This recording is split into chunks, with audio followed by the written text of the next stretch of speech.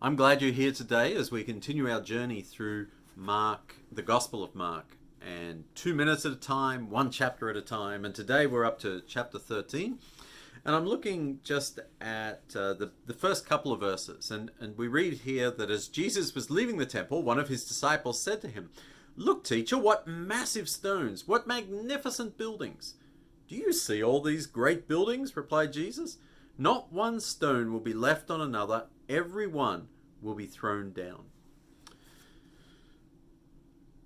The apostles are impressed by the temple. And the temple was impressive. It was huge. It symbolized God's presence in the nation.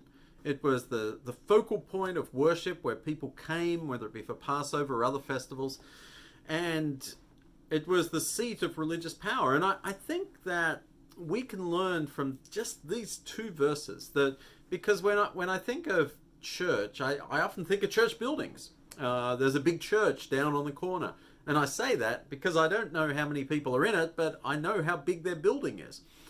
And so we can be impressed by the buildings we see. The more buildings we see, the bigger the buildings are, perhaps the more Christian we feel our society is. Perhaps the more influence we feel that we're having. Perhaps the safer we feel because we see lots of church buildings.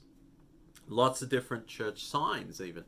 And so Jesus makes the point to his apostles that the kingdom of God is not about a building. The kingdom of God is bigger than that. It's broader than that. It's going to expand beyond the temple in Jerusalem. And so for us, it's the same thing. The kingdom of God, the church, we know in our heads it's not a building. But this pandemic that we have where we can't meet in our church buildings is really challenging us to think about what is the church. And I want to suggest the church is a verb. It's what we do to represent God in the places that we go, even if it's only our own home. And we've often confused that with a place, with an institution. And it's certainly important for the church to assemble, to come together, but that's not the definition of church. God's kingdom is much bigger than that.